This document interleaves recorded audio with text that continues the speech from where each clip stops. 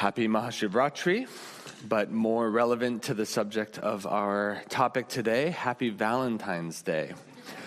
I'm sure it's not a coincidence that today's topic is about the laws perfected in love, synced together with this celebration of love that we have in our society.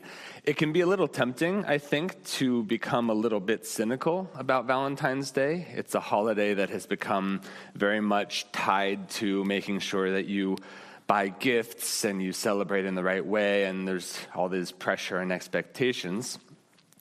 But there's also, I think, something valuable that can be gained from it. I was at the store getting a card for my beloved, and I was going through the Valentine's section, and I was struck. I was there for a long time. I was struck that not one of those cards seemed to convey anything that I wanted to say to my wife. And eventually, after many minutes, I found myself in at least the non-Valentine's but still love-related section, and I found something. I was like, okay, this at least isn't offensive, and I can do something with this.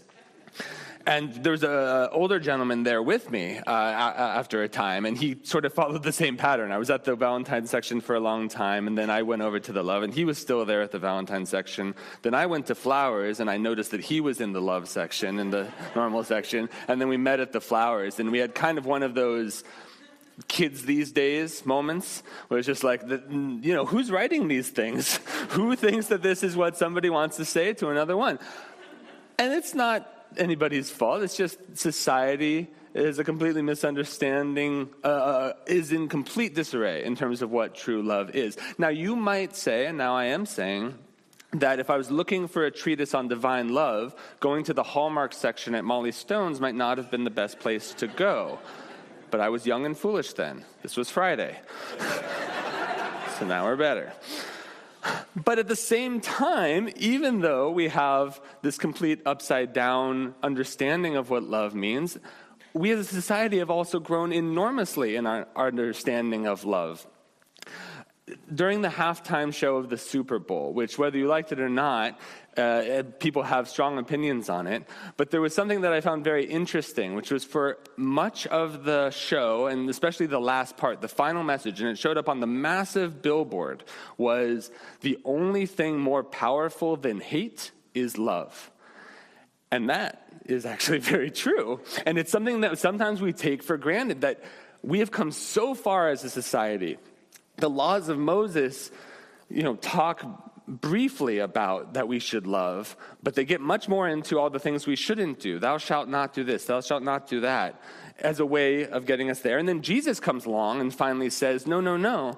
All of that is true, but the higher truth is that we are supposed to love. But in Jesus' time, that was a revolutionary thought. That was not something that was almost heretical. It's part of why his life ended the way it did, was he was teaching something that was so different from the structure and the laws and the thou must do these exact things that it was out of place. 2,000 years later, at the most commercial mainstream event in the world, we have this idea that the only thing more powerful than hate is love.